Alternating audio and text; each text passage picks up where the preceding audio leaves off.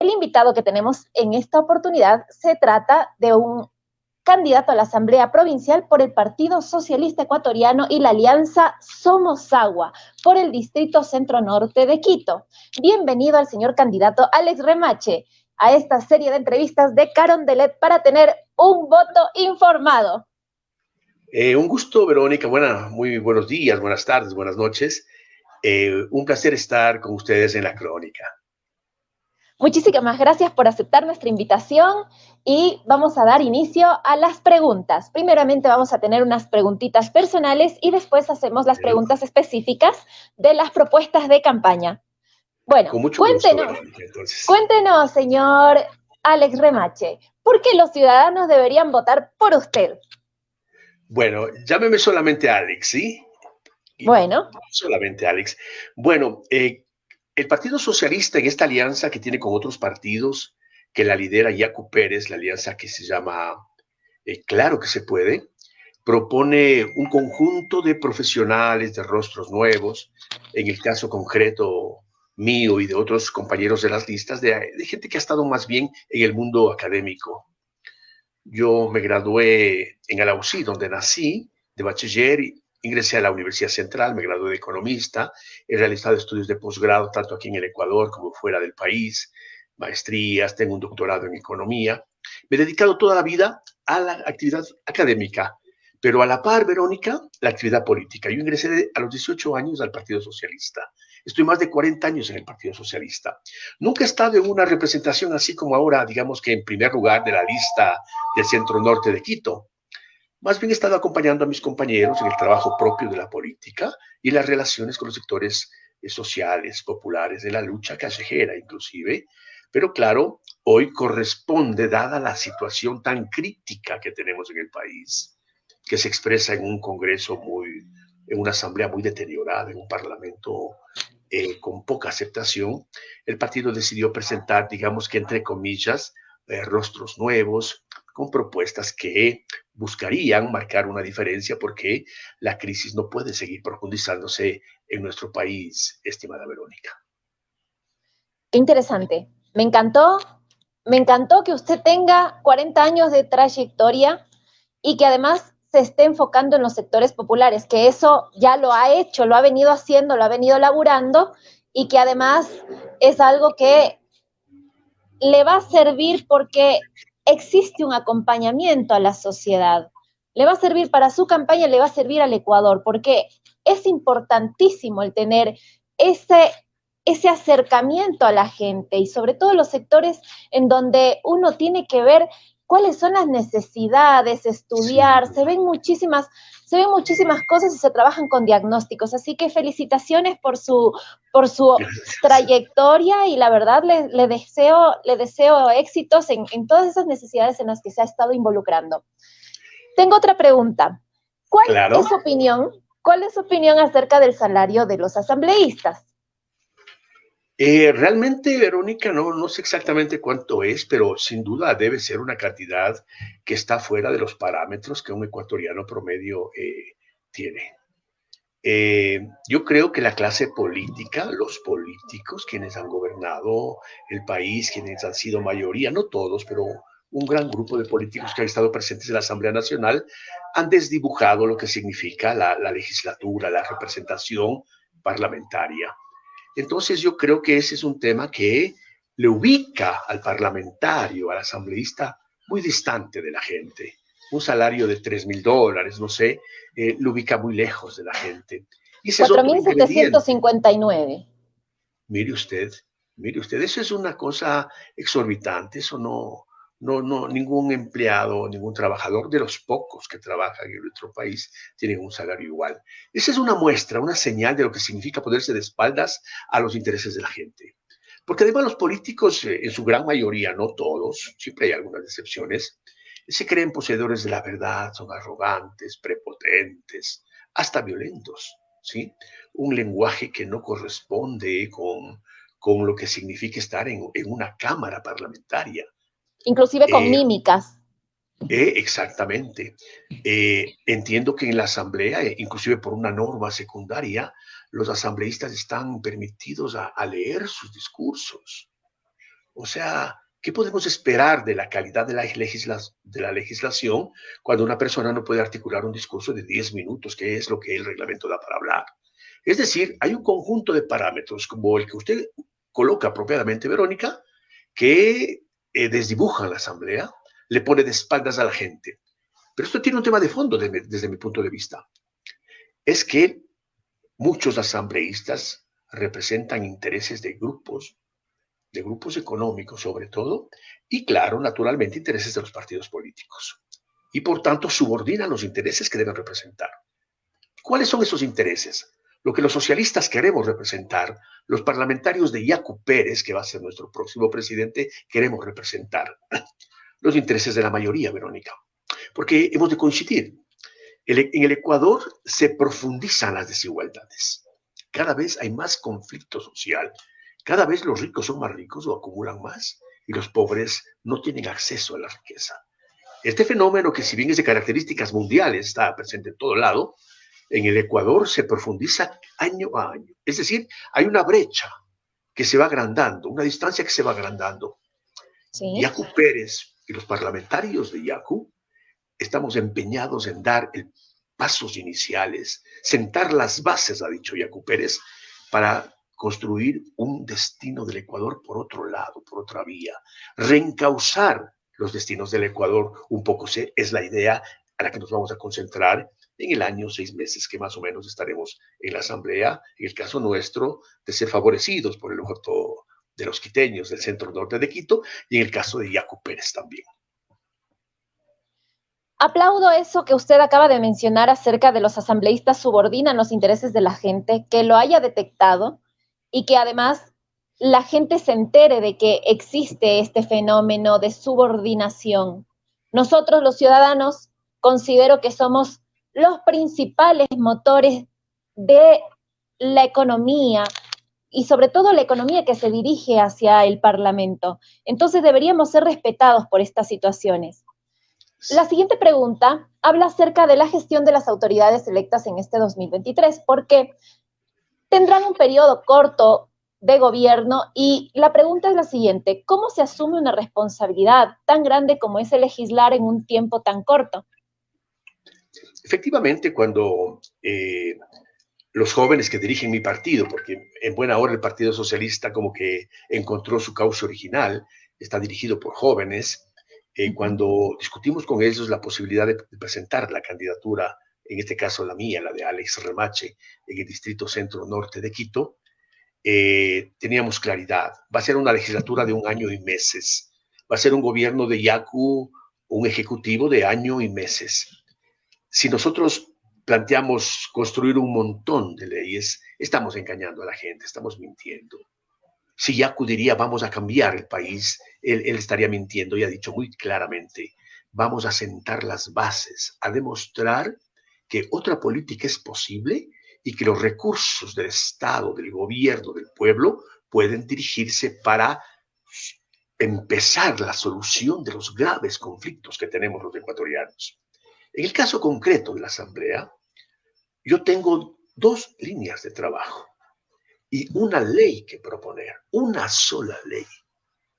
Una ley que he denominado una de empleo juvenil. El empleo juvenil se habla en varios cuerpos legales que están vigentes, otros que están archivados de la Asamblea, pero la pretensión mía, la aspiración mía, es que pueda formular una ley orgánica que reforme todas esas leyes y condense en una sola este objetivo central que debería ser de toda la sociedad ecuatoriana: la generación, la promoción, el fomento del empleo juvenil. Ese es el eje, la ley central. Y el otro tema, dado que soy un educador, también tengo 40 años en la docencia, soy profesor de una institución importante en el país que hace posgrados de un prestigioso centro universitario. Fui vicerrector de ese centro universitario. Entonces, mi pasión es la educación. Y también tengo una propuesta para reformar algunas leyes que signifiquen mejorar el sistema educativo en general y no solo el universitario. Qué interesante. Me encanta cuando la gente o cuando los asambleístas hablan de la educación que es tan necesaria. Yo creo que se ha distorsionado bastante, se ha denigrado bastante la educación, la estamos echando a perder. Y no es un fenómeno que solamente ocurre a nivel Ecuador, sino también a nivel mundial, porque en el ranking de las universidades nos hemos dado cuenta que, por ejemplo, la Argentina bajó de nivel en universidades como la UBA, Claro. y al haberse bajado toda esa cantidad de universidades tan prestigiosas que siempre estuvieron adelante nuestro, a nosotros nos terminaron corriendo el lugar, cediendo el lugar para posicionarnos adelante, pero yo no consideraría que sea porque haya mejorado nuestra educación, sino porque la otra educación se empeoró. Pero bueno, eso es un punto de vista y tal vez me puedo estar equivocando. Ahora, la educación yo creo que también debería ser planteada, coincido con usted, reformada desde inclusive las primeras etapas de vida de la persona, Exactamente, porque exactamente. ya desde el vientre materno ya se le puede cantar canciones al niño, se Claro, le, claro. se le puede estar estimulando para que aprenda, eh, ya desde que ya nació se le puede Claro, hacer claro, tener contacto efectivamente. con las palabras, con la lectura. Bueno, son Claro. cuestiones que yo también como pedagoga social y Qué interesante. he tenido Claro. experiencia con educación temprana, entonces digo, qué Determinante, ¿no? bueno. Determinante en la vida de Qué cualquier bueno, persona. Ah, exacto, se nota la diferencia cuando un niño claro, en educación que es acompañada con una buena alimentación, los niños responden claro. mucho mejor, por Sin ejemplo. duda, sin Entonces duda. las reformas Un tienen que dato, ser, claro. ¿sí? Un dato en esta perspectiva de la reforma. En la actualidad, quien se gradúa en el colegio, el bachiller, tiene una sola opción para seguir estudiando, es la universidad. No puede haber tantas universidades como colegios. Por eso es el problema de los cupos, la imposibilidad del acceso a las personas. ¿Qué estoy proponiendo? Que el bachillerato entregue un segmento importante de quienes se gradúan para la universidad, naturalmente. Otro Ujú. segmento para los institutos técnicos, tecnológicos, ¿sí? Y otro segmento, por ejemplo, para institutos pedagógicos. En el Ecuador antes existían los normales, donde se formaban los profesores. Ahora eso hacen las universidades, pero hay que descomprimir a las universidades porque nunca van a tener capacidad de absorber Exacto. todo el número de bachilleres. La educación dual, esta educación que significa que mientras uno está trabajando, a la vez está estudiando y combina. Y los créditos que una universidad reconoce a la experiencia laboral es parte del proceso curricular. Entonces, si nosotros tenemos digamos, solo para graficar, porque esto es más complejo del ejemplo que Ujú. estoy colocando, tenemos un bachillerato que entregue diferentes vías y no solo a la universidad, estaremos apoyando para que las universidades no tengan esta presión. Obviamente que la universidad pública requiere también más presupuesto, ¿no? Entonces, este es mi tema también, y obviamente la agenda de Yacu Pérez en la legislatura es más amplia, pero en el caso del centro norte de Quito estamos concentrándonos en esto, en estos puntos, sin descuidar otros, como por ejemplo la situación de los adultos mayores, ¿sí? Exacto. La situación Sí, de los adultos mayores. Entonces son temas que se pueden trabajar en un año, 4 o 6 meses. perfecto. Bueno, más adelante vamos a seguir hablando acerca de las propuestas de campaña. Tengo una última pregunta en este tema de opinión acerca de su candidatura. ¿Es necesaria una asamblea constituyente o una consulta popular para hacer los cambios que verdaderamente necesita nuestro país, el Ecuador? Realmente acá los constitucionalistas discuten mucho y he leído que muchos de ellos no están de acuerdo con una asamblea constituyente, sino más bien plantean reformas necesarias, ¿sí? Pero utilizando el mecanismo parlamentario sin ir a una constituyente. Yo me inclino por este segundo mecanismo.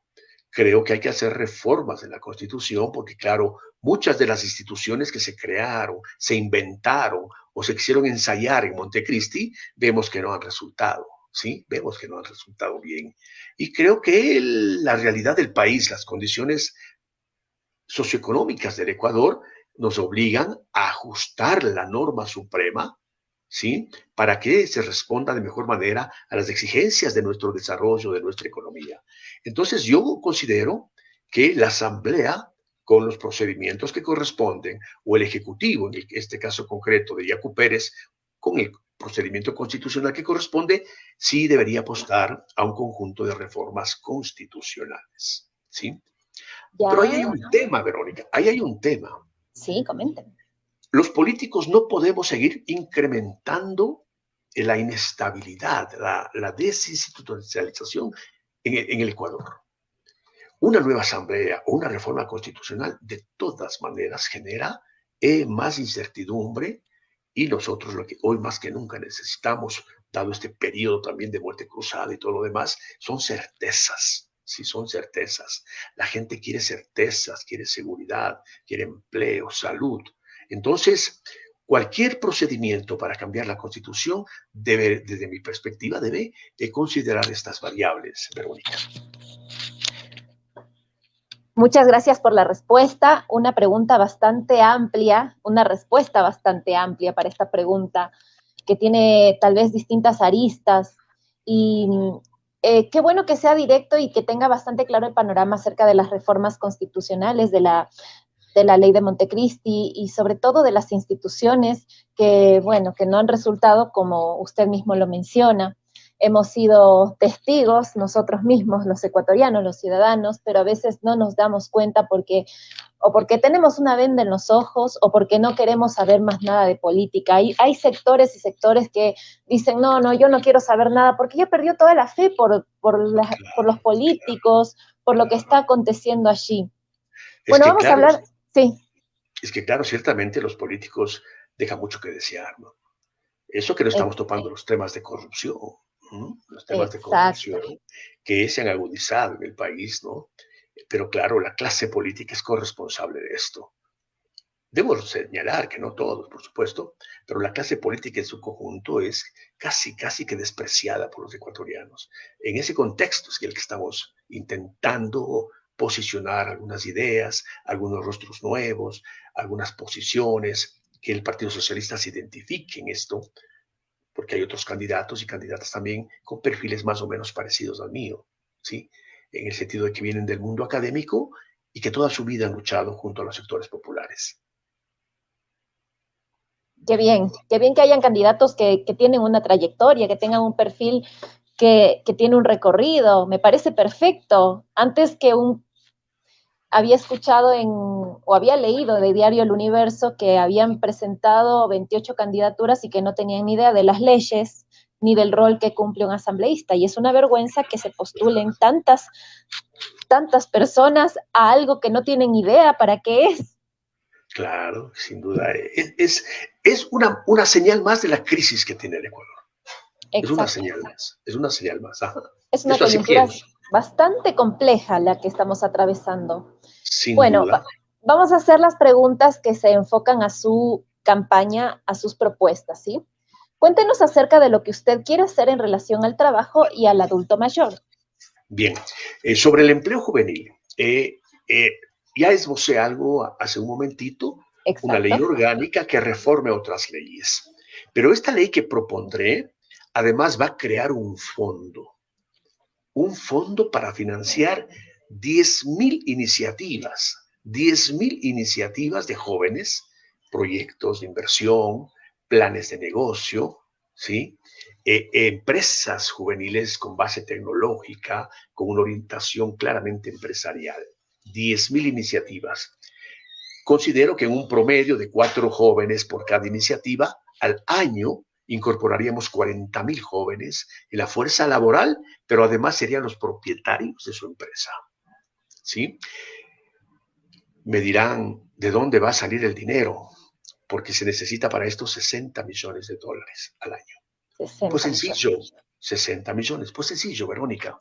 El fondo que esta ley creará sobre la base de lo que estoy proponiendo, los recursos van a provenir del ahorro que los ecuatorianos vamos a hacer cuando ya no paguemos por el OCP, el oleoducto de crudos pesados, que Ya, hasta ahora traslada y transporta el petróleo y que el Ecuador paga a la firma concesionaria.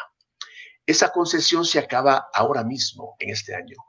El presidente Lasso, y de pronto tiene usted una primicia, Verónica, el presidente Lasso debe decirle a la concesionaria en estos días, no va a seguir la concesión. El Ecuador va a tomar posesión del oleoducto y por tanto no les vamos a pagar casi 120 millones por año que se paga la concesionaria para transportar nuestro petróleo.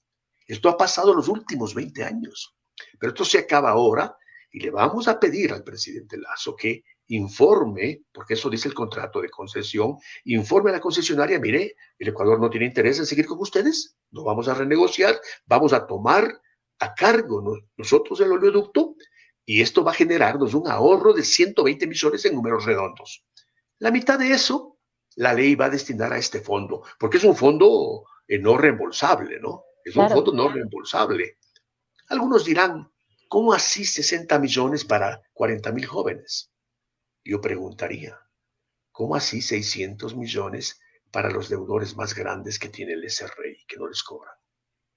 ¿O cómo así 1.983 millones que significan esto es increíble, Verónica, exoneraciones tributarias al 10% de las personas naturales y jurídicas más ricas del Ecuador? 1.983, casi 2.000 millones les han exonerado a los que más tienen. 60 millones es una cosa pequeña, y beneficiaríamos, generaríamos empleo, además iniciativas empresariales como digo, en 40,000 jóvenes. Claro. Naturalmente, algunas empresas no van a funcionar. En el mundo entero no funcionan todas las empresas, pero otras van a funcionar, pues. Además está el hecho de la oportunidad, porque necesitamos tener un Ecuador de oportunidades que siempre nos lo están vendiendo, pero no ocurre. Claro. Entonces, esta es una ley fácil de explicar, además. Claro, y viene con datos, que es importante, porque muchas yo soy propuestas... economista de base, ¿no? Y de lo que escucho el acento, yo estudié una maestría importante también en Argentina y mi doctorado en economía lo hice en Argentina. Ah, ya. Y viví mucho tiempo en Argentina, ahora tengo un hijo que está viviendo allá, argentino él, ¿sí? Claro. Entonces, hay eso también.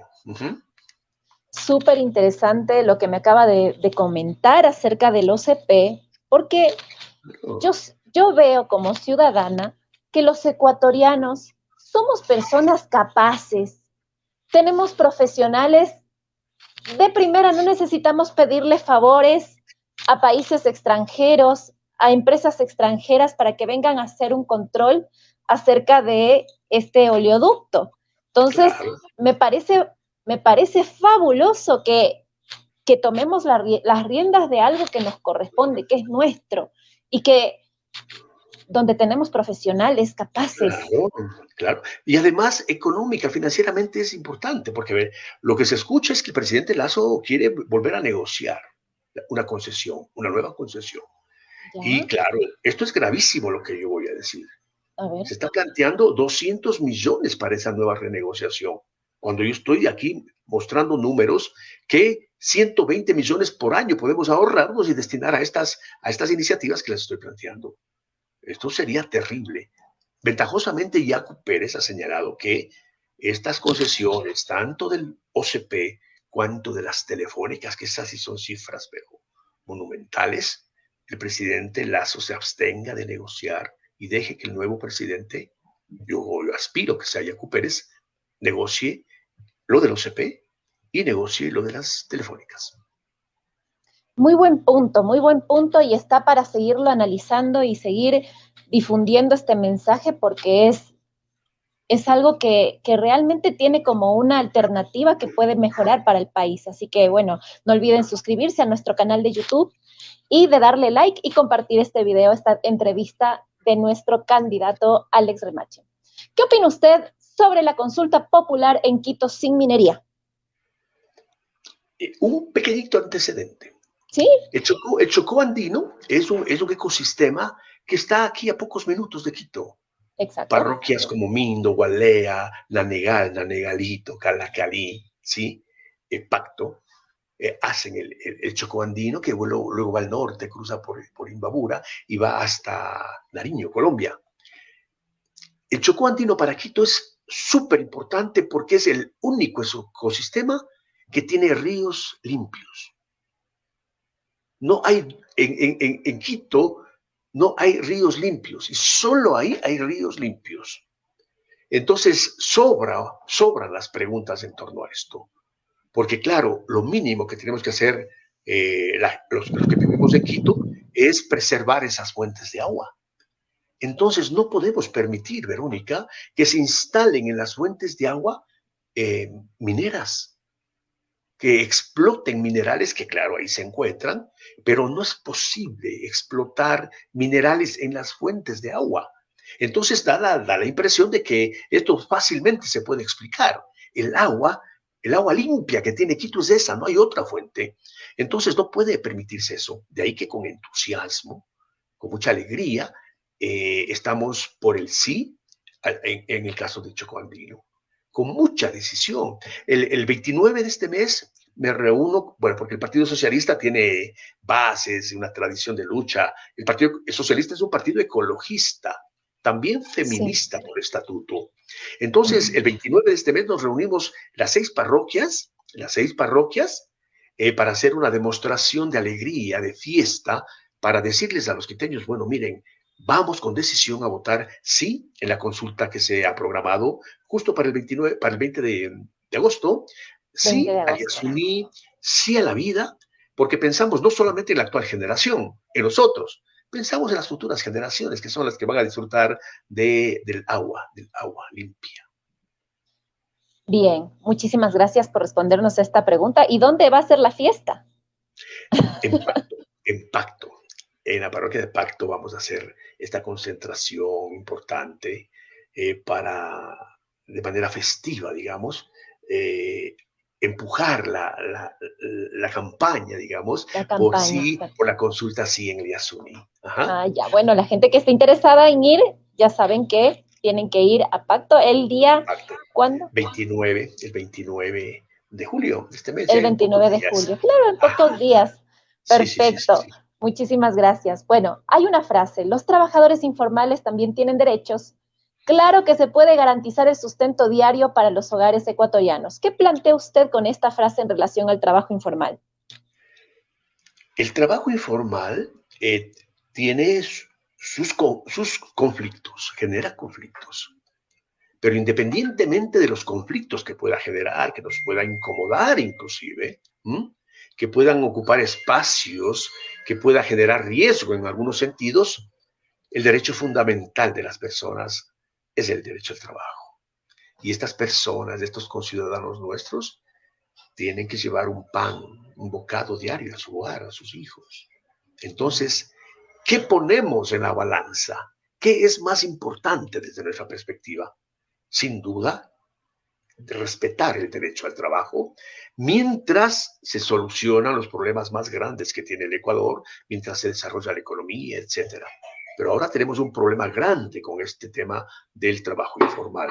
Hay que protegerlos. No se los puede quitar, retirar sus mercancías. De eso viven, de eso comen.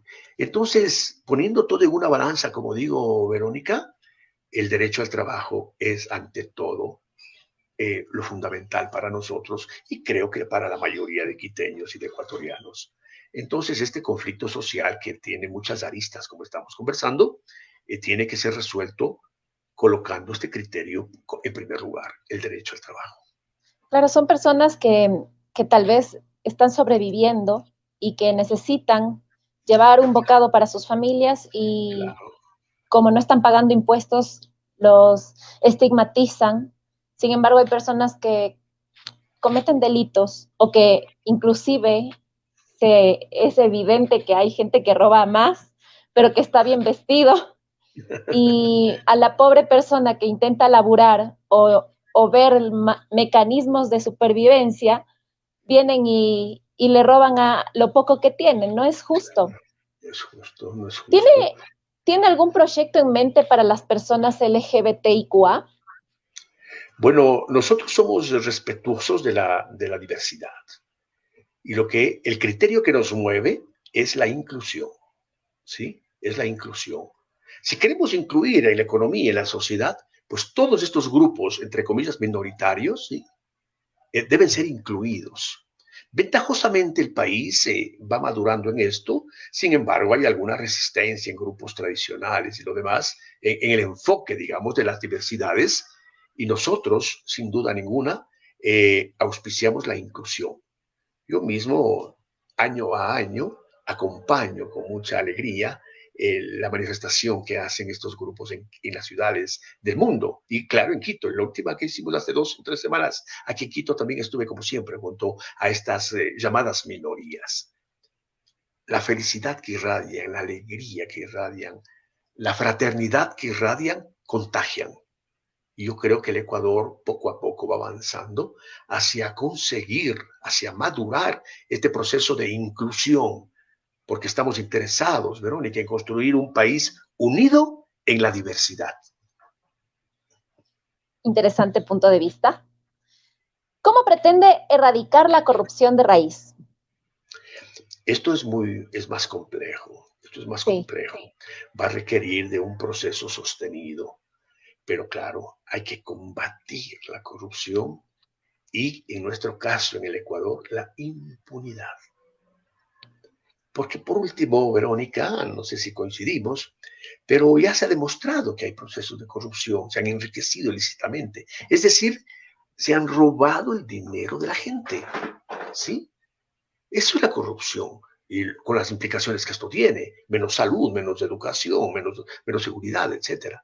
Se roban el dinero de la gente. Son sentenciados, algunos se han fugado, ¿sí?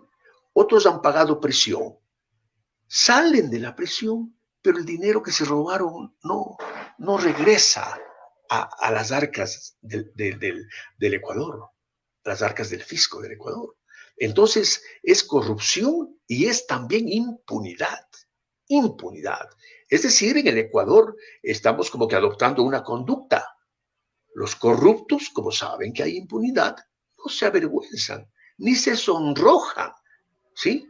Dicen que la justicia es la que les persigue, pero ni se sonrojan, siguen caminando por las calles y, lo más grave, no han devuelto un centavo de lo que se ha demostrado se han robado.